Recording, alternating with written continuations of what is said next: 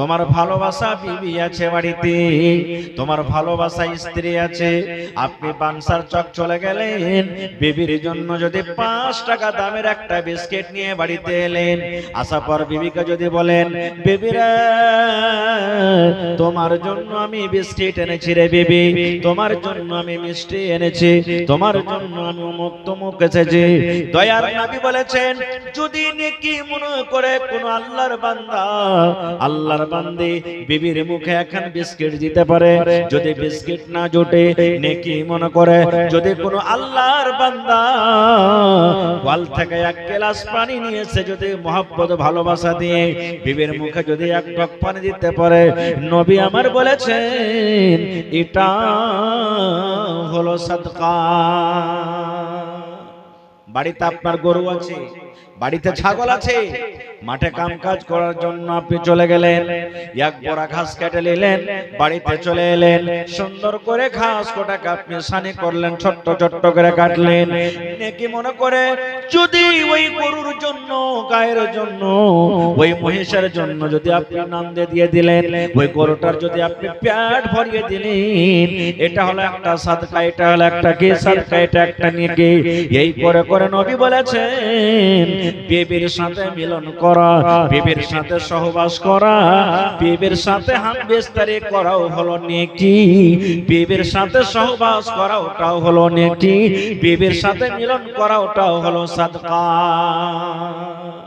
নিজের স্ত্রী বাড়িতে আছে না, ওর জন্য আপনি প্যার মোহাব্বত করলেন, মিলন করলেন, এটা হলো সাদকা। হাদিসের কথা। একজন সাহাবী বলছেন, হুজুর কেমন কথা বলছেন, বিবির সাথে মিলন করা তাও সাদকা? আল্লাহ রাসূল বললেন, হ্যাঁ রে খেপা, হ্যাঁ, বিবির সাথে মিলন করা সাদকা। বলছেন কেমন করে নবী গো? এইবার নবী বললেন, হে আমার সাহাবী, যদি তোমাকে আল্লাহ রাব্বুল আলামিন একটা জনব দিয়েছে, শরীরে তোমার শক্তি দিয়েছে, যদি তুমি এই কাজটা, তুমি যদি তোমার খায়েশটা ওয়াপার বেটি ছেলের সাথে তুমি যদি পূর্ণ করো, তোমার গুনাহ হবে কি হবে না? তোমার পাপ হবে কি হবে না? বলছেন নবী গো, পাপ হয়ে যাবে, গুনাহ হয়ে যাবে। এবার নবী আমার বললেন, সাহাবী রে, যখন তুমি একটা ওয়াপার বেটি ছেলের হাত ধরলে তোমার গুনাহ হয়ে যাবে, একটা ওয়াপার বেটি ছেলেকে যদি তুমি চুমা দাও গুনাহ হয়ে যাবে, একটা ওয়াপার বেটি ছেলের সাথে তুমি সহবাস করো তাহলে তোমার জিনা হয়ে যাবে। তাহলে ওই কাজটা যখন তোমার হালাল বাড়িয়ালি হালাল স্ত্রীর সাথে তুমি পূর্ণ করো, তাহলে কেন নেকি হবে না? হালাল স্ত্রীর সাথে যদি তুমি সেই কাজটা পূর্ণ করো, এটা তোমার জন্য হয়ে গেল সাদকা। তাহলে বুঝে গেলেন ইবাদত কাকে বলে। এবারে ইবাদত কার জন্য করতে হবে আমাদেরকে, কার জন্য ইবাদত করতে হবে? কোন লোক দেখানো ইবাদত চলবে, চলবে না। লোক দেখানো ইবাদত যদি করেন তো রিয়াকারী হয়ে যাবে। যেমন কুরবানি, কুরবানি কার জন্য করতে হবে ভাই? কথা বলেন, কার জন্য? আল্লাহর জন্য করতে হবে। দান কার জন্য করতে হবে? আল্লাহর জন্য করতে হবে। নামাজ কার জন্য করতে হবে? আল্লাহর জন্য করতে হবে। হজ কার জন্য করতে হবে? আল্লাহর জন্য। কিন্তু দুনিয়াতে কিছু মানুষ এমন আছে, ও যদি 3 লাখ 4 লাখ টাকাতে হজ করে আসার, ওকে যদি খালি হাজে না করেন তো রাগ খারাপ হয়ে যাবে, মন খারাপ হয়ে যাবে। কিছু মানুষ এমন আছে, ও যদি ভালো কাম করে, ওর যদি তারিফ না করেন তোমার মন খারাপ হয়ে যাবে। জি না, ইবাদত বান্দাগি সব সময় আল্লাহর জন্য হওয়া চাই। এর প্রমাণ আল্লাহ রাব্বুল আলামিন কোরআন মাজিদে বলেন, সূরাতুল ফাতিহা, আলহামদুলিল্লাহি রাব্বিল আলামিন আর রহমানির রহিম মালিকি ইয়াউমিদ্দিন। তারপরে কি আয়াত আছে বলেন, কি আয়াত আছে? ইয়াকা না'বুদু ওয়া ইয়াকা নাস্তাঈন। আছে না? নেই? সবারই ছোট বড় মুখস্থ আছে। ইয়াকা না'বুদু এর মানে হলো আল্লাহ, আমরা যত মানুষ আছি সবাই নামাজে পড়ি, যারা নামাজি মানুষ নামাজে পড়ি। এই আয়াতটার তরজমা মানে কি? আল্লাহকে বলছেন ইয়াকা না'বুদু, হে আল্লাহ আমি তোমার ইবাদত করি, তোমার ইবাদতকে করি, ওয়া ইয়াকা নাস্তাঈন, এবং আল্লাহ একমাত্র তোমার কাছ থেকে সাহায্য আমরা চাই। আল্লাহ জি তোমারই ইবাদত বান্দাগি করি এবং তোমার কাছ থেকে আমরা সাহায্য চাই। সুবহানাল্লাহ। একদিন ইব্রাহিম নবীর বাড়িতে একটা মাজুসি বলে যারা আগুনের পূজা করে, আগুনকে আল্লাহ মনে করে, একটা কুটুম চলে এসেছে, মাজুসি আগুনকে পুজনেওয়ালা। ইব্রাহিম নবী তাকে খাইতে দিয়েছে। খাজা দেওয়ার পর ইব্রাহিম নবী বলছেন যে তুমি বিসমিল্লাহ বলে খাও। তো মাজুসি বলছে আমি বিসমিল্লাহ বলবো না। বিসমিল্লাহ মানে আমি আল্লাহর নাম নিয়ে খাচ্ছি। বলছে বিসমিল্লাহ বলবো না। কইছে কেন বলবে না? কইছে এমনি আমি তোমার বিসমিল্লাহ টিসমিল্লাহ আমি মানি না। তো ইব্রাহিম নবী বলছেন তাহলে তুমি কিসের নাম নিয়ে খাইবে? কইছে আমি আমার আল্লাহ, আমার ভগবান যে আগুন, আগুনকে আমি আল্লাহ মনে করি, আমি আগুনের নাম নিয়ে খাবো। ইব্রাহিম নবী সামনে থেকে থালা খান টেনে নিলেন। টেনে লওয়ার পর এবার সেই মাজুসিকে বলছেন রে আল্লাহর বান্দা, তুমি যদি আল্লাহর ইবাদত বান্দাগি না করো, তুমি যদি আল্লাহর নাম নিয়ে যদি খানা না খাও, তাহলে তুমি যাকে ভগবান মনে করেছো, যাকে তুমি পূজা করো, যে আল্লাহর তুমি ইবাদত করো, ওই আল্লাহর কাছ থেকে তুমি খানা চাও। যে আল্লাহর তুমি ইবাদত বান্দাগি করো, পূজা করো, সে আল্লাহর কাছ থেকে তুমি খানা চাও। এবারে তখন মেহমান উঠে হাঁটতে শুরু করেছে। ধরেন এখান থেকে হাঁটতে 10 কদম যখন গেছে, আল্লাহ তাবারাক ওয়া তাআলা ইব্রাহিম নবীকে ডাক দিয়েছেন। কি দিয়েছেন জানেন? রে আমার নবী ইব্রাহিম, হে আমার নবী ইব্রাহিম, তুমি শুনে নাও, আজ তোমার বাড়িতে একজন মেহমান, সেই মেহমান তোমার বাড়িতে এসেছে, তুমি তাকে খানা দিয়েছো, কিন্তু বিসমিল্লাহ না পড়ে খাওয়ার কারণে তার সামনে থেকে তুমি থালা টেনে নিয়েছো, তার সামনে থেকে তুমি খাবার টেনে নিয়েছো। ইব্রাহিম শুনে নাও, যেদিন থেকে নিয়ে জন্ম হয়েছে, আজকে লোকটার বয়স 50 বছর হয়ে গেল, আজকে লোকটার বয়স 60 বছর হয়ে গেল। আল্লাহ বলেন ইব্রাহিম রে, 50 বছর লোকটার বয়স হয়ে গেল, জীবনে কোনদিন বিসমিল্লাহ বলেনি, বিনা বিসমিল্লাহতে খানা খেয়েছে। আমি আল্লাহ রাগ করে কোনদিন বলিনি তোকে খেতে দেব না রে, তোকে খেতে দেব না। আল্লাহ বলেন ইব্রাহিম, আর তোমার বাড়িতে এক টাইমের লোকটা খাবার খেতে এসেছে, আর বিসমিল্লাহ না বলার কারণে তার সামনে থেকে তুমি থালা টেনে নাও। নারে তাকবীর। তাহলে ভাই, ইবাদত বান্দাগি হলো ওইটাই যাতে আল্লাহ তাবারাক ওয়া তাআলা রাজি হয়ে যাবেন, খুশি হয়ে যাবেন। এবং ইবাদত বান্দাগি কার জন্য করতে হবে? একমাত্র আল্লাহ তাবারাক ওয়া তাআলার জন্য করতে হবে। আজকে আমরা মুসলমান তারাবির নামাজ পড়েছি, 5 ওয়াক্ত তো আছে। যদি খালি ইমাম সাহেব একটুখানি লম্বা করে দেয় 2-4 আয়াত, নামাজের পরই আমরা ইমাম সাহেবকে বলবো, হাজি ইমাম সাহেব, হাফিজ সাহেব, এত কি লম্বা লম্বা করে তেলাওয়াত করতে হয়? আরে আমরা কাম কাজ করা মানুষ একটু ছোট ছোট করে পড়িতে পারো না? কি মশা, ও নামাজ পড়ছে দেখো, ডাইন হাতে বাড়ি, একবার পা হাতে বাড়ি, খালি বাড়ির বাড়ি চলছে। ওরে সুবহানাল্লাহ। আমার আপনার নবী মুহাম্মদ সাল্লাল্লাহু আলাইহি সাল্লাম 5 ওয়াক্তের ফরজ নামাজ দূরের কথা, আল্লাহর নবী রাতের বেলাতে তাহাজ্জুদের নামাজ পড়তেন। মুসলমান, এই আমার জংলা টোলার গ্রামের মেয়েরা খালারা শুনেন, আমার নবী তাহাজ্জুদের নামাজ এত লম্বা করতেন, এত রাতের বেলাতে লম্বা করতেন। নামাজ পড়ে পড়ে পড়ে নামাজে দাঁড় হয়ে হয়ে নবীর পা গলা মোটা মোটা হয়ে ফুলে যেত। আপনি যেরকম ভাবে বসে আছেন, 3 ঘন্টা বসে থাকেন, আপনার পা ফুলে যাবে। ট্রেনে দেখবেন যারা জেনারেল ডাব্বাতে যায়, খাড় হয়ে থেকে থেকে থেকে পা খানটা ফুলে যায়। ফুলে কি ফুলে না?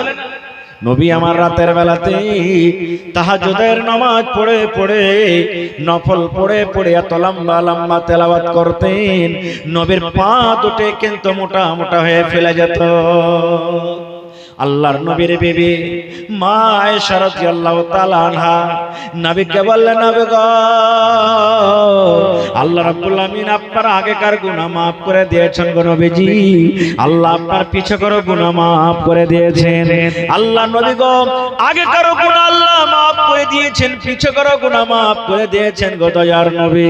তবে এত কষ্ট করে করে করে করে কেন আপনি ইবাদত বান্দেগি করেন?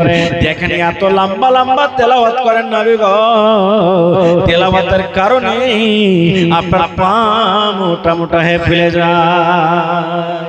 নবীজি, কেন আপনি এত কষ্ট করছেন? আপনার তো আল্লাহ আগে কারো গুনাহ maaf, পিছে কারো গুনাহ maaf, সব গুনাহ maaf করে দিয়েছেন।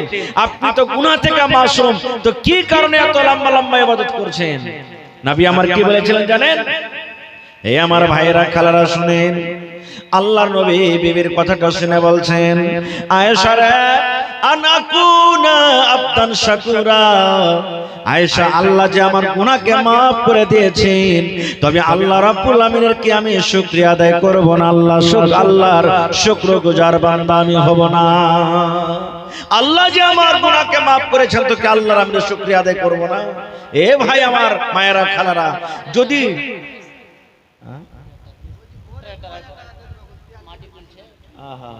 আপনার বাড়ি কোনটা? ভাইরালে কি নাম আপনার? ইসরাফিল ভাই আমার, দেখেন ভাইরালে বাড়ি। আমার ভাই মাটি ডুহিছে, 2000 টাকা দিলেন, ইনশাআল্লাহ সকালে দিয়ে দিবেন। আমি দোয়া করে দিয়েছি, লেখা রাখেন একটু। এবার আপনাকে বলি ভাইরে, আল্লাহর নবীর গুনাহ আগে কারো মা, পিছে কারো গুনাহ মা। সেই নবী যদি তাহাজ্জুদ নফল নামাজ পড়াতে, ইবাদত করতে গিয়ে যদি পাকে ফুলিয়ে দেয়, তা আমি আপনি কি করতে পারি বা কি করা দরকার? একজন সাহাবীর ঘটনা শুনেন আপনি। আহা, একজন সাহাবীর ঘটনা শুনেন, সহিহ বুখারী শরীফের হাদিস। আব্দুল্লাহ ইবনে আমর রাদিয়াল্লাহু তাআলা আনহু, আব্দুল্লাহ একজন সাহাবীর নাম।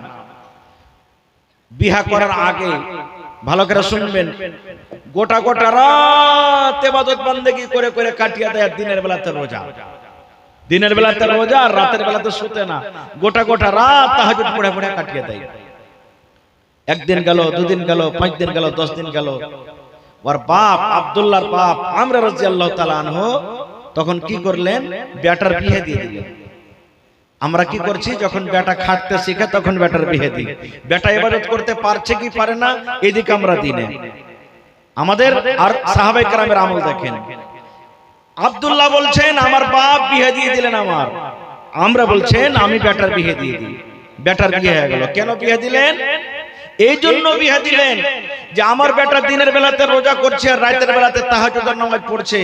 বহুটা যদি বাড়িতে আসে তো বহুটার কাছে একটু সময় দিবে, কবে হয়তো রোজা করবে, কবে করবে না, কবে রাতের বেলাতে বহুর কাছে আরাম করবে, কবে হয়তো তাহাজ্জুদ পড়বে। এই জন্য বেটার বিয়ে দিয়ে দিলেন। একদিনকার ঘটনা। এবার আমরা রাদিয়াল্লাহু তাআলা আনহু, আব্দুল্লাহর বাপ বহুকে যায় বলছেন, বহুকে খবর লিখছেন, মারে কেমন আছো রে মা, তুমি কেমন আছো মা, তুমি কেমন আছো? এই জন্য আপনারা বলি বহুর খবর নেবেন। যদি কোনো শ্বশুর বহুর খবর নেয় তো আর কোনো হবে না। আব্দুল্লাহ রাদিয়াল্লাহু তাআলা আনহুর আব্বা যারা আমরা চলে গেলেন বহুর কাছে। বহুকে বলছেন মা রে তুমি কেমন আছো রে মা, তুমি কেমন আছো? বহু মা বলছেন আব্বাজি খুব ভালো আছি, আল্লাহ রাব্বুল আমিন খুব ভালো রেখেছেন, খুব ভালো আছি, খুবই সুখে আছি, আরামে আছি। এইবারে তখন শ্বশুর বলছেন বহুমা আমার বেটা আব্দুল্লাহর ব্যবহার কেমন? আমার আব্দুল্লাহ তোমার সাথে কি ব্যবহার করে? আমার বেটা আব্দুল্লাহকে তুমি কেমন পেয়েছো? খবর লিখে দেখেন বহু যে বলছে বহুমা আমার বেটা যে আব্দুল্লাহ আছে কেমন চাল চল চরিত্র, কেমন ব্যবহার, কেমন কেমন ব্যবহার করে তোমার সাথে আমার বেটা। বহু দেখেন সুবহানাল্লাহ শ্বশুরকে বলছেন, কি বলছেন? আব্বা গো আপনার বেটা খুবই ইমানদার, আপনার বেটা খুবই নেককার, আপনার বেটা খুবই ভালো। বলছেন আব্বা গো দিনের বেলাতে আপনার বেটা রোজা করে করে করে করে করে দিনটাকে কাটিয়ে দেয়, আর রাতের বেলাতে তাহাজ্জুদের নামাজ পড়ে পড়ে রাত কাটিয়ে দেয়। বলছেন আব্বা গো আমি যেদিন থেকে আমার স্বামীর বাড়িতে আমি এসেছি আমার হাত খানটা পর্যন্ত আপনার বেটা এখনো ছুঁয়ে দেখেনি, আমার গা খানে এখন পর্যন্ত হাত দেয়নি। আমি একটা কেমন নারী, আল্লাহ আমাকে কি রূপ কি সুন্দর দিয়েছেন, এখন আপনার বেটা আমার দিকে দেখেনি, আমার বিছানায় এখন পর্যন্ত একদিনও পা দেয়নি। বহুতে বলছেন আপনার বেটা খুব ভালো, কিন্তু আব্বা জানেন যেদিন থেকে আমি আপনার বেটার বাড়িতে এসেছি, অর্থাৎ আপনার বেটা যেদিন থেকে আমাকে বউ করে এনেছে, আপনার বেটা আমার গা খানটাকে ছয়নি, কাপড় খানটাকে ছয়নি, আমার বিছানায় পা খানটা পর্যন্ত ঠেকায়নি যে আমার বহুটা কেমন। যেমন কথাটা বলা, আমরা রাদিয়াল্লাহু তাআলা আনহু মাথাতে হাত দিয়ে বলছেন হ্যাঁ আল্লাহ কি হইলো? আমি তো যেই উদ্দেশ্যে বেটার বিয়ে দিলাম সেটা তো ফেল হয়ে গেল। আমি ভাবলাম যে বিয়ে দিয়ে দিলে মনে হয় আল্লাহর ইবাদত বান্দেকে কিছু কম করে বহুত দিকে সময় দিবে, কিন্তু এখন তো উল্টো হয়ে গেল, বলছেন না আর এরকম করে থাকা হবে না। এবার আমরা রাদিয়াল্লাহু তাআলা আনহু হাঁটতে হাঁটতে হাঁটতে হাঁটতে হাঁটতে আল্লাহর নবীর দরবারে চলে গেলেন। নবীর দরবারে চলে গেলেন, যাওয়ার পর বলছেন ইয়া রাসূলুল্লাহ, একটা কথা আপনার কাছে নিয়ে এসেছি। আব্বা বলছেন কি কথা? বলছেন নবী গো, আমার বেটা আব্দুল্লাহ আল্লাহর ইবাদত বান্দেগি করে করে করে রাতকে রাত কাটিয়ে দেয়, আরাম করে না। আমি ভাবলাম বেটাটার বিয়ে দিয়ে দিলে হয়তো একটু ইবাদত বান্দেগি কম হবে, কিন্তু বহুর দিকে একবারও নজর করে তাকাই না, ওর বিছান খানজা পর্যন্ত যাই না, গোটা গোটা রাত এখন ইবাদত বান্দেগি করে কাটিয়ে দিচ্ছে।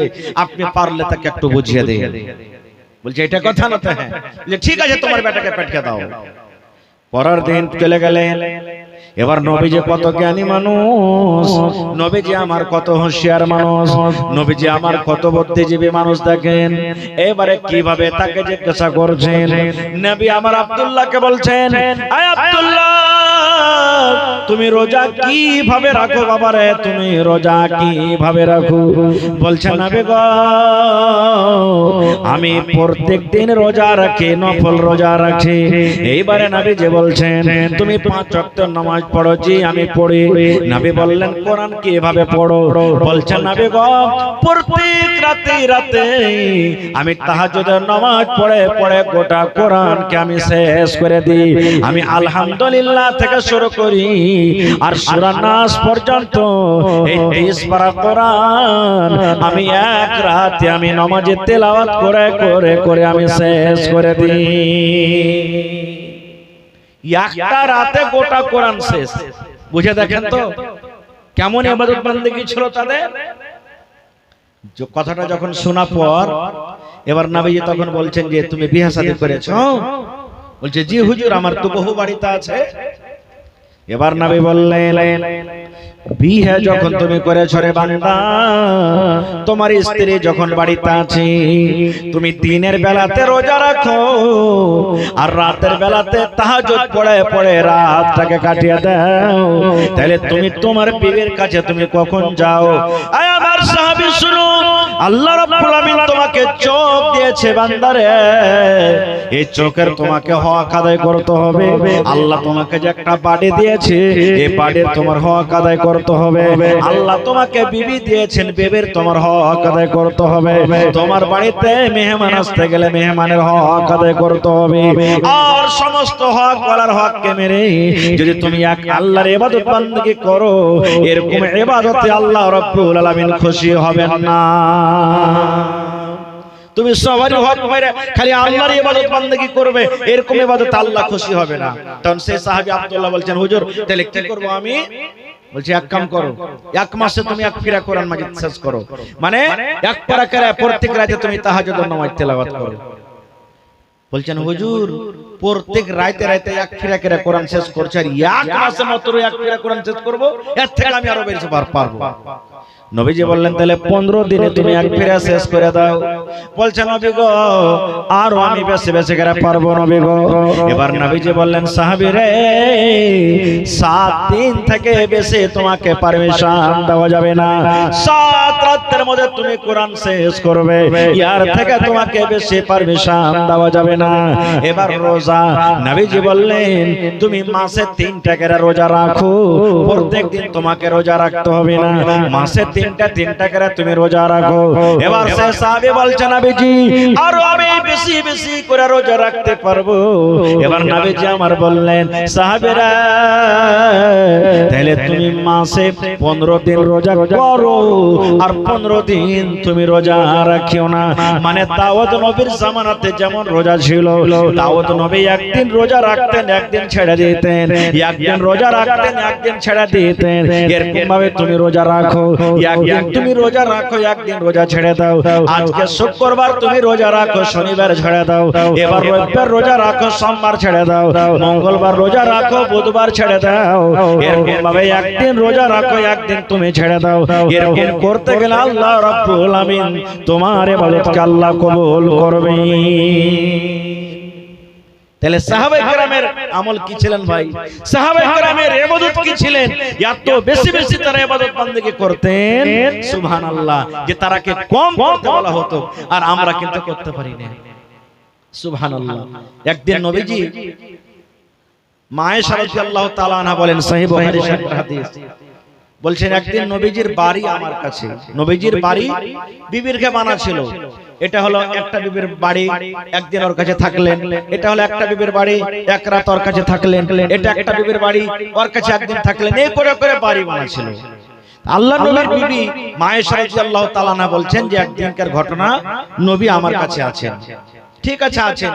নবীজির বিছান কি?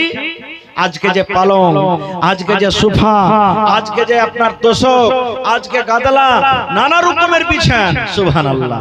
আমার নবীর বিছান দেখেন। মা আয়েশা বলছেন কি? নবী আমার কাছে এলেন আর চাপ্পাল জুতা যে পায়ে ছিল জুতো দুটোকে খুলে দিলেন। খুলে দেওয়ার পর নবীজি এখানটা বড় ধরনের চাদর গায়ে দিয়েছিলেন, যেমন আমরা শাল গাঢ় কাপড় গায়ে দিই না চাদর, এরকম ধরনের চাদর গায়ে দিয়েছিলেন। বিছান নাই। আহা, মা আয়েশা বলেন যে চাদর খান নবী গায়ে দিয়েছেন, অর্ধেক চাদর নবীজি নিজের গতরের উপরে রাখলেন আর চাদরের অর্ধেকটা নবীজি নিজের পিঠের তলাতে বিছান লাগিয়ে দিলেন। কত গরিব মানুষ দেখেন। একটাই চাদর আধখানি গায়ে দিলেন আর আধখানি বিছিয়ে দিলেন। মা আয়েশা বলছেন আমিও নবীর পাঞ্জারে ঘুমিয়ে গেলাম। ঠিক রাত 12, 1, 2 যখন হয়ে গেল, নবীজি আমার দিকে তাকিয়ে দেখেন আমার বিবি আয়েশা মানে ঘুমিয়ে গেছে কি যায়নি কিংবা চেতন হয়ে আছে। এবার নবীজি দেখলেন আমার বিবি আয়েশা ঘুমিয়ে গেছে, চেতন হয়ে না। এবার নবীজি বলছেন, মা আয়েশা বলেন যে নবীজি আস্তে আস্তে করে বিছানা থেকে উঠলেন, একবারে আস্তে আস্তে, যেন আমার বিবি জানতে না পারে, আমার বিবি আয়েশা চেতন না হয়ে যায়। কিন্তু মা আয়েশা বলছেন আমি কিন্তু চেতন হয়ে আছি, আমি নবীকে জানতে দিই না যে আমি চেতন হয়ে আছি কি আমি নিন পারছি, আমি জানতে দিই না। মা আয়েশা বলেন আস্তে আস্তে করে নবীজি বিছানা থেকে উঠলেন, জুতা পায়ে দিলেন, এবার দুয়ারটাকে খুললেন আর খোলার পর আস্তে করে ঝাপখানটাকে সাটিয়ে আবার নবীজি হাঁটতে লাগলেন। কোথায়? একবারে জান্নাতুল বাকি কবরস্থানের দিকে হাঁটতে লাগলেন। মা আয়েশা বলছেন আমার মন কিন্তু খুব খারাপ হয়ে গেল। কি খারাপ হলো জানেন? এই মন খারাপ হলো, আমি উল্টা বুঝলাম যে আজ হলো আমার বাড়িতে নবীজির বাড়ি, আমার ঘরে বাড়ি, আর এত রাতে নবীজি আমাকে বাদ দিয়ে অন্য বিবির কাছে মনে হয় যেছে, আমার মনটা কিন্তু খুব খারাপ হয়ে গেল। আমিও তখন মা আয়েশা বলছেন পিছনে পিছনে নবীর হাঁটতে লাগলাম, দেখি নবীজি কোন জায়গাতে যেছে, কার বাড়িতে গেছি, হাঁটতে লাগলেন। ওরে সুবহানাল্লাহ। এ আমার ভাইরা মায়েরা খালারা শুনেন কত সুন্দর হাদিস। মা আয়েশা বলেন নবী আমার আগে আগে হেঁটে যান আর আমি নবীর বিবি পিছনে পিছনে হেঁটে যাই। নবীজি কিন্তু মনে হয় জানতে পারেন না। মা আয়েশা বলেন এরকম ভাবে আমি হেঁটে যাই। হাঁটতে হাঁটতে নবীজি কবরস্থান চলে গেলেন। কখন? রাতের বেলাতে। আপনি যদি আমাকে বলেন, আমি যদি আপনাকে বলি আপনাকে যে আঞ্জর পাঞ্জর কবরস্থান আছে জানতো একাই কেউ যেতে পারবো যে ভাই? কেউ যেতে পারবো না, আপনারা আমরা কবরস্থান যেতে পারবো না ডরের কারণে। কিন্তু মা আয়েশা বলেন হাঁটতে হাঁটতে নবীজি চলে গেলেন কবরস্থান। দু হাত তুলে দিলেন, দু হাত তুলে নবীজি দোয়া করলেন। দোয়া করতে করতে করতে করতে নবীর যখন দোয়া শেষ হয়ে গেল, এবার মা আয়েশা বলেন আমি নবীকে দেখে এবার ঘরের দিকে আমি হাঁটতে লাগলাম। নবীজি ধপ ধপ ধপ ধপ ধপ করে হাঁটে, আমি আয়েশা ধপ ধপ ধপ করে হাঁটলাম। মা আয়েশা বলেন আল্লাহর নবী মাঝে মাঝে যখন দৌড়াতে লাগলেন, এবার মা আয়েশা বলেন আমিও ধপ ধপ ধপ ধপ করে দৌড়াতে লাগলাম। নবীজি কিন্তু দেখে নিয়েছে যে আমার কেউ পিছা করছে, এটা আমার বিবি আয়েশার মতন লাগছে। এবার মা আয়েশা বলছেন নবীর ঘরে আসতে না আসতে আমি যে আঁকাবাঁকা শুতে গেছি। এবার আপনাকে একটা প্রশ্ন করি, কোন মানুষ যদি বাইরে থেকে দৌড়িয়ে আসে তো শরীরটা বা ওর শ্বাসটা হ্যাঁস ফ্যাঁস করবে কি করবে না? করবে না? করবে না ভাই? করবে। এবার নবীজির আসা না আসার আগে মা আয়েশা কিন্তু শুতে গেছে বিছানে, শ্বাসটা কিন্তু মোটা মোটা হয়ে ফুলছে। এবার নবীজি আয়েশাকে বলছেন বিবি রে তুমি কোথায় গেছিলে রে বিবি, তোমার শ্বাসটা কেন ফুলছে তুমি দয়া করে বলো তো। কি ব্যাপার আয়েশা, তোমার শ্বাসটা ফুলছে কারণটা কি? মা আয়েশা তখন বলছেন যে না কই না তো, না না আমি তো শুতে আছি, আমার কোনো শ্বাসটা ফুলে না। এবার নবীজি বললেন, আয়েশা তুমি সত্য করে বলে দাও, আর যদি তুমি না বলো আয়েশা রে, আল্লাহ রাব্বুল আলামিন কিন্তু আমাকে জানিয়ে দেবে তুমি কোথায় গেছিলে। আয়েশা রে তুমি বলে দাও তুমি কোথায় গেছিলে, আর তুমি যদি না বলো আল্লাহ রাব্বুল আলামিন আমাকে বলে দিবেন। আল্লাহ বলবেন না? বলবেন না, কারণ ফেরেশতা তো নবীর কাছে আসছেন, বলছেন আয়েশা তুমি বলো না তো আল্লাহ বলে দিবে। এবারে তখন মা আয়েশা বলছেন, জানেন আল্লাহ রাসূল, আপনি যখন পিছন থেকে উঠলেন আমি এটাই ভাবলাম যে মনে হয় আমাকে ছেড়ে আল্লাহ রাসূল অন্য নবীর কাছে চলে যাবেন, তো আমি ভাবলাম আমাকে একটু মন খারাপ হলো, এই জন্য আপনার পিছনে পিছনে আমি গেছি।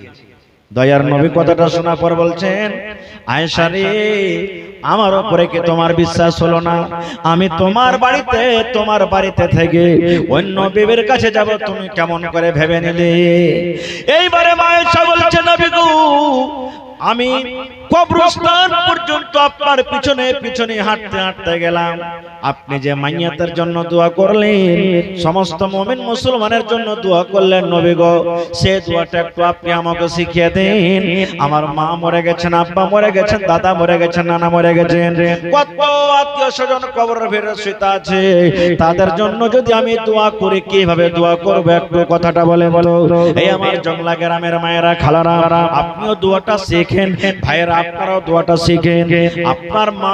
আপনার মা আব্বা দাদু জানা নানি এলাকার কত মানুষ, ওরে আল্লাহ দুনিয়ার খবর পাওয়া যায়, কিন্তু কবর একটা এমন দেশ, কবর একটা এমন জায়গা, কবর একটা এমন দুনিয়া, আজ পর্যন্ত কবর থেকে কোনো খবর এলো না। তাহলে তাদের জন্য যদি দোয়া করেন আল্লাহ রাব্বুল আমিন আপনার দোয়াটা কিন্তু কবরে পৌঁছে দেয়। কি দোয়াটা? মা আয়েশা বলছেন, হুজুর দোয়াটা আমাকে শিখাবেন না? বলছে হ্যাঁ শিখাবো। নবীজি বললেন তাহলে পড়ো, আসসালামু আলাইকুম আহলাত দিয়ারি মিনাল মুমিনিনা ওয়াল মুসলিমিন ওয়া ইয়ারহামুল্লাহুল মুস্তাকদিমিন ওয়াল মুস্তাখিরিন ওয়া ইন্না ইনশাআল্লাহু বিকুম লালাহিকুন নাসআলুল্লাহ লানা ওয়া লাকুমুল আফিয়া। আরেকবার শুনেন, মা মরে গেছেন, আব্বা মরে গেছেন, দাদু মরে গেছেন, নানা মরে গেছেন, কবরের পাঞ্জর দিয়ে আপনি হাঁটে চলে যান, মাঠে কাম কাজ করতে গেছেন, কবরস্থানকে সামনে করে এক মিনিট তার হয়ে হয়ে কম করে দোয়াটা পড়বেন রে ভাই। আপনি যদি দোয়াটা পড়েন যত মুমিন মুমিনা শুয়ে আছে আপনার দোয়াটা আল্লাহ রাব্বুল আমিন তাদের কবরে কিন্তু পৌঁছে দিবেন। কি দোয়াটা? আসসালামু আলাইকুম আহলাদ দিয়ার মিনাল মুমিনিনা ওয়াল মুসলিমিন ওয়া ইয়ারহামুল্লাহুল মুস্তাকদিমিন ওয়াল মুস্তাখিরিন ওয়া ইন্না ইনশাআল্লাহু বিকুম লালাহিকুন নাসআলুল্লাহ লানা ওয়া লাকুমুল আফিয়া। তাহলে নবীজি রাতের বেলা তো মাইয়াতের জন্য দোয়া করতে যেতেন, আর আমরা কয়দিন দোয়া করছি ভাই? নিজের জন্য করতে পারি না তো অপরের জন্য কেমন করে করব? এবং হাদিস থেকে এটাও একটা কথা বুঝতে পারলাম যে সতীনের জ্বালা খুব বড় জ্বালা নাকি।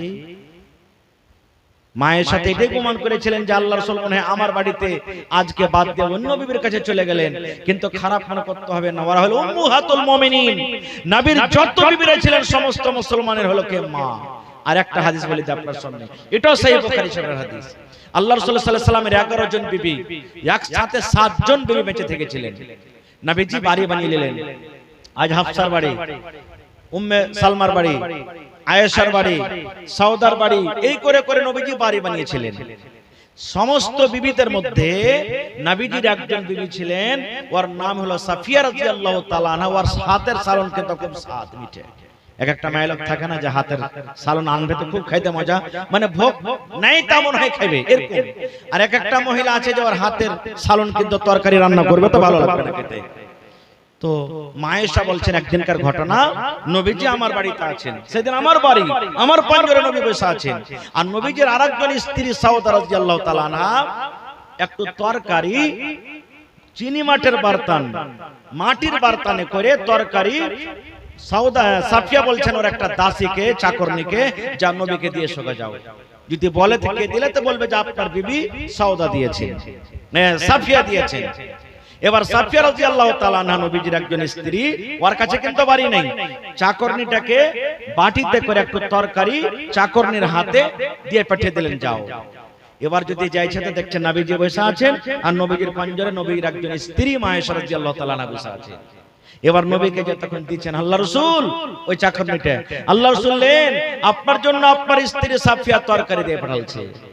ওরে আল্লাহ, যেমন খালি মা আয়েশা শুনলেন আমার বাড়িতে আজ নবীর বাড়ি, আমার বাড়িতে এত সাহস যে তুই সালুন দিয়ে পাঠাবি, চাকরনিটার হাতে এমন জোর করে এরকম করে বাড়ি মারলেন, সাথে সাথে পিয়ালা নামাতে পড়ে পিয়ালা ভেঙে গেল। ভাঙবে না ভাঙবে না ভাই, মাটির জিনিস ভেঙে গেল। এত বড় তোর সাহস, আমার ঘরে নবী আজ, আমার বাড়িতে নবী, আর আমি নবীকে খাইতে পারবো না? তুই এত বড় সাহস যে তুই আমার বাড়িতে তরকারি দিয়ে পাঠালি? চাকরনির হাতে এরকম করে একটা জোর করে বাড়ি দিয়ে পিয়ালা পড়ে ভেঙে গেল। ওরে সুবহানাল্লাহ, পিয়ালা চুরমার হয়ে গেল, টুকরো টুকরো হয়ে ভেঙে গেল। নবীজি আমার পিয়ালার টুকরা গলাকে এক জায়গাতে করে করে জমা করছেন, কোড়াছেন, আর নবী বলছেন, ওই চাকরনিকে বলছেন, আল্লাহর বান্দিরা তোমার মা রেগে গেছে, তোমার মা রেগে গেছে। নবী বলছেন তুমি তরকারি এনেছো, তোমার হাতে বাড়ি দিয়ে আমার বিবি আয়েশা পিয়ালাটাকে ভেঙে দিয়েছে। এই আল্লাহর বান্দিরে তোমার মা রেগে গেছে, তোমার মা রেগে গেছে। নবীজি বারবার করে চাকরনিকে বলছেন তোমার মা রেগে গেছে, তোমার মা রেগে গেছে, তোমার মা রেগে গেছে রে, রাগের কারণে তোমার হাতে বাড়ি দিয়ে পিয়ালাটাকে ভেঙে দিয়েছে। বারবার করে ঘুরিয়ে ঘুরিয়ে বলছেন তোমার মা রেগে গেছে, তোমার মা রেগে গেছে। যেমন কথাটা বলা, মায়েশা কিন্তু খুবই হুঁশিয়ার আর চালাক, ও বুঝে নিয়েছে যে নবীজি তো নারাজ হয়ে গেল, আর আসলে পিয়ালা ভাঙাটা আমার ভুল হয়ে গেছে। এবার তখন মায়েশা বলছেন নবী গো ভুল হয়ে গেছে গো নবীজি, পিয়ালা ভাঙে আমি ভুল করে দিয়েছি। আল্লাহ নবী গো ভুল হয়েছে, পিয়ালা ভাঙে আমি ভুল করে দিয়েছি নবী গো, আমার যে ভুল হয়েছে এই ভুলটা আল্লাহ কেমন করে maaf করবেন, এই ভুলটা আমার কেমন করে দূর হবে একটু দয়া করে বলেন। এবার নবীজি তখন বলছেন আয়েশা রে, তুমি যখন একটা পিয়ালা ভালো পিয়ালাকে ভেঙে দিয়েছো, পিয়ালার বদলাতে তুমি একটা নতুন পিয়ালা কিনে আর হাতে দিয়ে দাও, একটা পিয়ালার বদলাতে তুমি এরকম একটা যদি পিয়ালা কিনে দিতে পারো, তাহলে আল্লাহ রাব্বুল আমিন তোমার এই ভুলটাকে maaf করবে। ঘরে একটা আয়েশা বলছেন আমার পিয়ালা ছিল, পিয়ালাটাকে লেস আমি চাকরের হাতে দিলাম। এবার ও হাঁটতে লাগলো, হাঁটতে যখন লেগেছে তখন নবীজি বলছেন এই শোনো, খবরদার তোমার মালিকাকে এই কথা বলিও না, সাফিয়াকে বলিও না এই কথাটা যে আয়েশা আপনার তরকারিওয়ালা পিয়ালাকে ভেঙে দিয়েছে আর ওই জায়গাতে অন্য একটা পিয়ালা দিয়েছে, কথাটা তুমি খবরদার বলিও না, না হলে ওর মনটা ভাঙবে। তো বোঝা গেল কি কোন মানুষকে কষ্ট দিবেন এটা শরীয়ত বিরোধী কথা, কোন মানুষকে খুশি করে দাও হলো এটা আল্লাহর রব্বুল আলামিনের পক্ষ থেকে একটা ইবাদত বান্দেগী। আর একটা ঘটনা আপনাদের সামনে তুলি, সুনহেরি কিরনের মধ্যে একটা ঘটনা লিখছে আল্লাহ রাসূল সাল্লাল্লাহু আলাইহি ওয়াসাল্লামের জামানাতে। ভালো করে শুনবেন ঘটনাটা, যদি ভালোভাবে শুনেন ইনশাআল্লাহ লাভ হবে, আর আল্লাহ যদি আপনাকে তৌফিক দেয় আপনার ভিতর কিন্তু পাল্টে যাবে ইনশাআল্লাহ তাআলা। একদিনকার ঘটনা, এক ইয়াতিম বাচ্চা, ওর খাজুরের বাগান ছিল, বাপ না ইয়াতিম বাচ্চা খাজুরের বাগান, যারা মদিনাতে গেছেন দেখেছেন ওখানে খাজুরের গাছ বেশি। এবার ইয়াতিম বাচ্চাটা মনে করলো যে আমার যতটি গাছ আছে আমি সুন্দর করে দেওয়াল দিয়ে ঘিরে দিব, কারণ বাতাস যখন চলে আমার খাজুর কিছু ওর মধ্যে চলে যায়, ওর খাজুর কিছু আমার মধ্যে চলে আসে, তো আমি কিয়ামতের দিন হিসাব দিতে পারবো না। এবার কি করলেন, খাজুরের গাছ কটাকে ঘেরতে লাগলো, ঘেরতে ঘেরতে ঘেরতে পাঞ্জরে ইয়াতিম ছেলেটার কিন্তু একটা ছিল কি ধনী লোকের খাজুরের বাগান, একটা খাজুর একবারে আইলের সামনে পড়ে গেছে। ইয়াতিম ছেলেটা ধনী লোকটাকে যা বলছেন, রে আল্লাহর বান্দা তোমার এক খাজুরের গাছটা তুমি আমাকে দিয়ে দাও। বলছে আল্লাহর বান্দা ইয়াতিম ছেলেটা বলছেন খাজুরের গাছটা তুমি আমাকে দিয়ে দাও। বলছে কেন তোমাকে দিব? বলছে আমার আইলের সামনে পড়েছে, যদি আমাকে দিয়ে দাও তো ভালো হবে, আমার আইলটা ঘেরতে ভালো হবে, দেওয়ালটা করতে ভালো হবে, বাউন্ডারিটা করতে ভালো হবে। বলছে না দিব না। কত পারিয়াস করলেন, ছেলেটা কিন্তু দিলেন না। ইয়াতিম ছেলেটা নবীর দরবারে চলে গেলেন, আজকে যেমন আপনারা বসে বসে জালসা শুনছেন, আরে নবীর দরবারে মজলিস লেখা আছে, সাহাবায়ে কেরামের দল জামাত বসে আছেন। ইয়াতিম বাচ্চাটা নবীকে বলছেন, নবী গো, আমার পড়োশিতে একটা ধনী লোকের খেজুরের বাগান আছে গো নবীজি, দেওয়াল দিতে গিয়ে আর একটা গাছ আমার ভেতরে চলে আসে, কত রকম করে বুঝালাম কিন্তু আমাকে গাছটা দিল না। নবী গো, যদি পারেন দয়া করে বুঝিয়ে আপনি আমাকে গাছটা দিয়ে দিন। হুজুর, যদি পারেন একটু আপনি পারিয়াস করেন, গাছটা আমাকে দিয়ে দেন। বলছে, যাও লোকটাকে ডেকে নিয়ে এসো। হাজির হয়ে গেলেন। নবীজি বললেন, আরে আল্লাহর বান্দা, দিয়ে দাও এতিম ছেলেটাকে, তোমার একটা না খেজুরের গাছ, জি অত অত তোমার বাগান লেগে আছে, একটা গাছ দিলে কি হবে, দিয়ে দাও ছেলেটাকে গাছ। বলছে, দিব না, আমার দরকার না, আমি দিব না। খুব নবীজি আমার অফার দিয়ে দিলেন, হে আল্লাহর বান্দারে, যদি তুমি এই গাছটা এতিম বাচ্চাকে দিয়ে দাও, আল্লাহ রাব্বুল আমিন কিয়ামতের দিন এই গাছটার বদলাতে তোমাকে আল্লাহ জান্নাতের একটা গাছ দান করবে।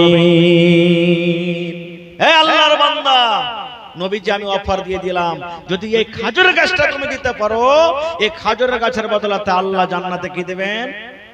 কথা বলে, একটা গাছ দিয়ে দিবেন। তাও কিন্তু ইনকার করে গেল। আপনারা যেমন জালসা শুনছেন, আহারে সাহাবায়ে কেরামের মধ্যে একজন সাহাবী, ওর নাম হলো আবু দাহদা রাদিয়াল্লাহু তাআলা আনহু। কথাটা শুনে ওর রুয়া কিন্তু খাড় হয়ে গেছে। এবার নবীকে বললেন, নবী গো, কপাল পোড়া লোকটা, হারে এত বড় অফার পাওয়ার পর কিন্তু ইনকার করে দিল।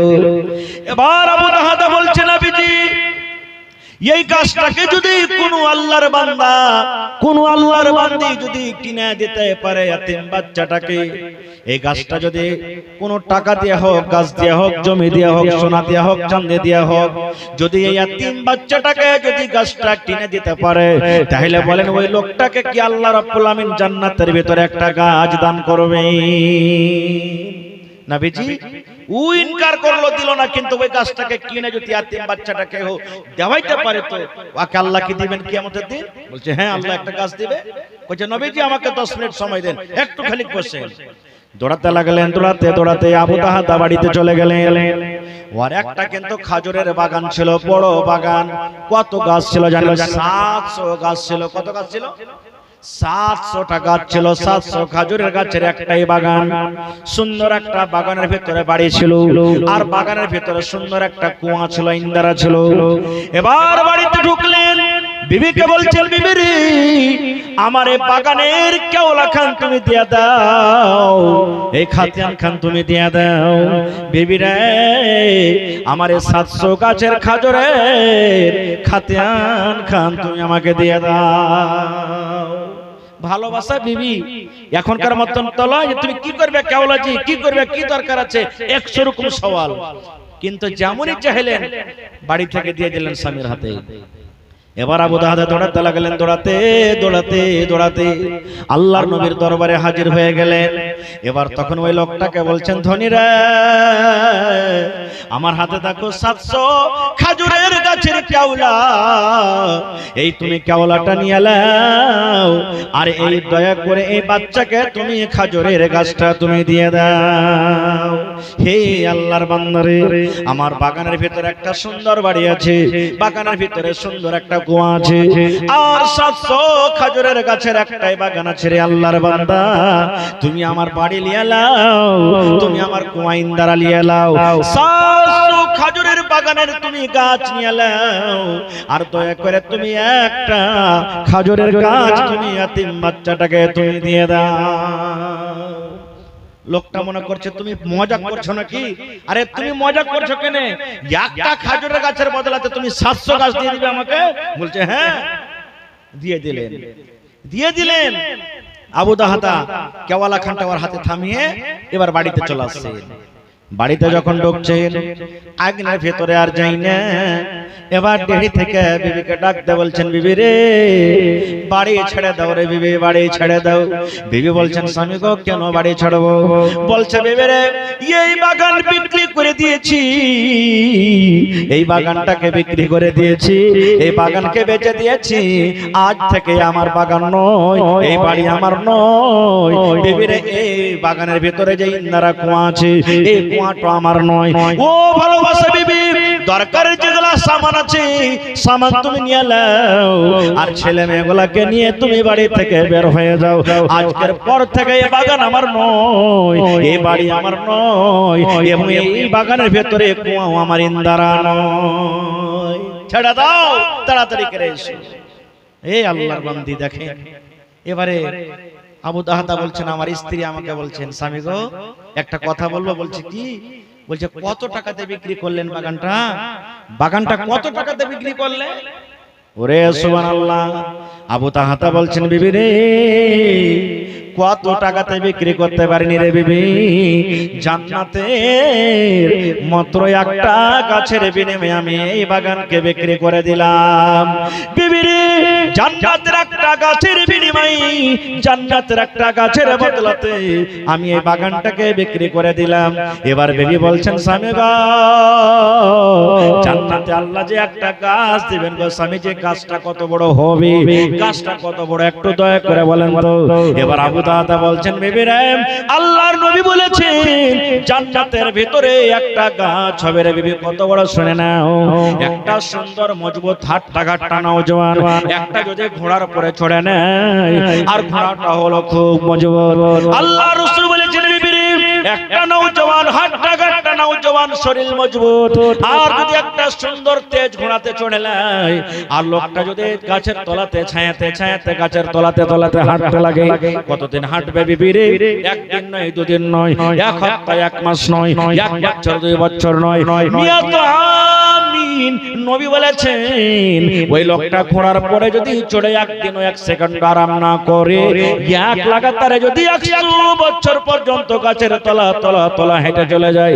আবু দাহাতা বলছেন, বিবি রে থাকবে না তোর গুনাহ খাতা, পুলসিরাত পার করিবেন, পুলসিরাত পার করিবেন খোদা রব্বে দো জাহান। ওরে মুসলমান তোরা হারস নাই মান, কি কোহরে কি আমল কলি, একাই আলী একাই যাবি, কি কোহরে কি আমল কলি, একাই আলী একাই যাবি। ভালো আমল যদি করে গেলি, নেক আমল যদি করে গেলি, হবে তোর কল্যাণ। ওরে মুসলমান তোরা হর্ষ নাই মান। নারে তাকবীর। আজকে জলসার যোগ্যতময় শ্রদ্ধেয় সভাপতি সাহেব, উপস্থিত উলামায়ে কেরাম, সামনে বসে থাকা ইসলাম ধরেছেন, মানুষ এবং জিনকে আল্লাহর ইবাদত করতেই হবে। আমরা যাকে নবী মানি, জিনেরাও ওকে নবী মানে। আমরা যে কোরআনকে মানি, জিনেরাও ওই কোরআনকে মানে। আমরা যে আল্লাহকে মানি, জিনেরাও ওই আল্লাহকে মানে। আমরা যে রাসূলকে মানি, জিনেরাও ওই রাসূলকে মানে।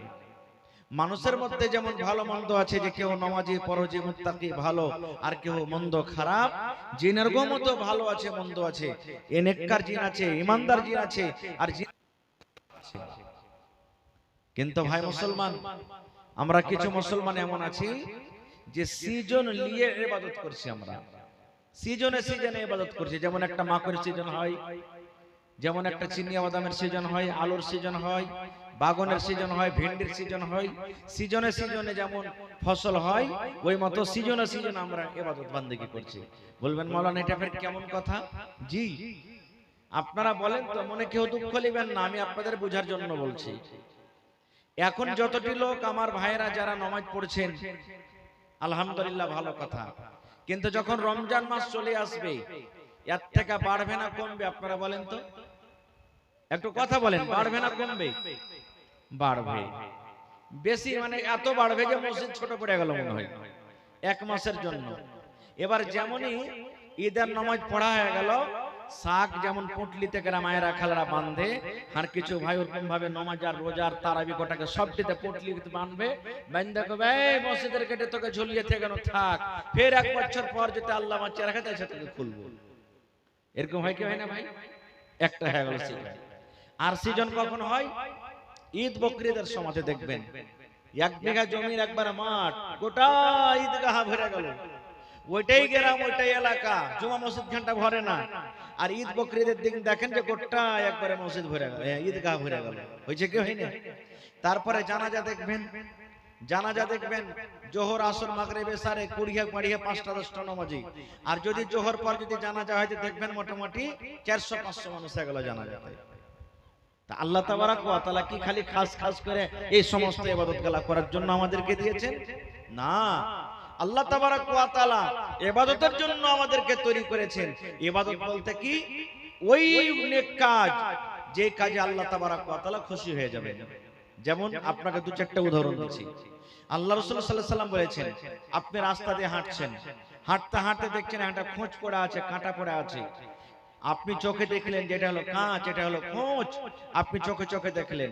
এবার আপনি যদি নেকি মনে করে কাঁচখানটাকে রাস্তা থেকে উঠিয়ে ফেলে দেন, ওই পাটখড়ি খানটাকে, ওই কাঁটিটাকে রাস্তা থেকে উঠিয়ে ফেলে দেন, এই নিয়তে ফেললেন যে আমি চোখে দেখলাম তো বেঁচে গেলাম, আমার কোনো ভাই কিংবা বোন যদি চোখে দেখতে না পায় তো ওর পায়ে গাড়বে, কষ্ট পাবে, নেকি মনে করে যদি রাস্তা থেকে উঠিয়ে কাঁচখানটাকে ফেলে দেন, রাসূল বলছেন এটা হলো ইবাদত, এটা হলো সাদকা, এটা সাদকা। একটা হাদিস আছে, নবী বলেছেন প্রত্যেক মানুষ, আপনি আমি নর নারী সবারই মাথার চাঁদি থেকে নিয়ে পার তলা পর্যন্ত 360টা জোড় আছে। সেখানে ভালো করে, কত জোড় আছে?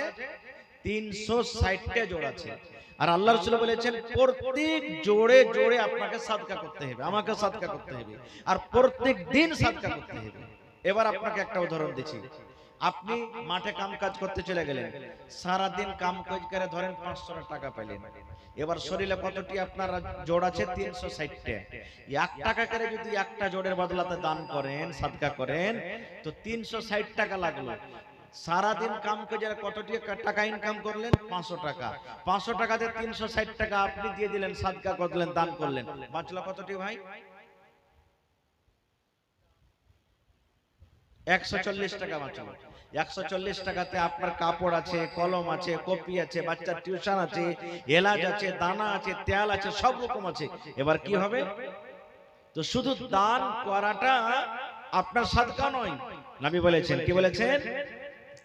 রে আমার উম্মত, আলহামদুলিল্লাহ যদি তুমি একবার পড়ো রে বান্দা, একবার তুমি যদি পড়ে দাও, একটা জোড়ের বদলাতে তোমার সাদকা হয়ে গেল। সুবহানাল্লাহ যদি তুমি পড়ে দাও, একটা জোড়ের বদলাতে তোমার দান হয়ে গেল, সাদকা হয়ে গেল। একবার যদি তুমি আল্লাহু আকবার পড়ে দাও, একবার তোমার সাদকা হয়ে গেল। এই করে করে নবী বলেছেন, হি উম্মত রে,